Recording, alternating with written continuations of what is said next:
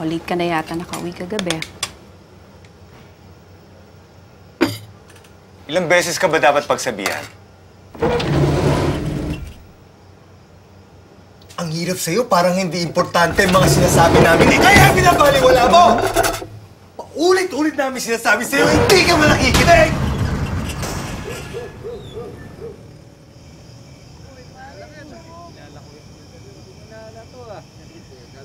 3 out of 4 teens ang ayaw kumain madalas kasama ang pamilya.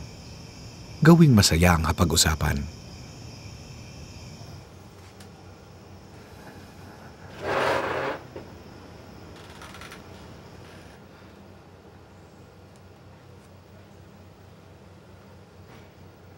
O anak, ginabi ka pala sa project mo, Kwento ka naman.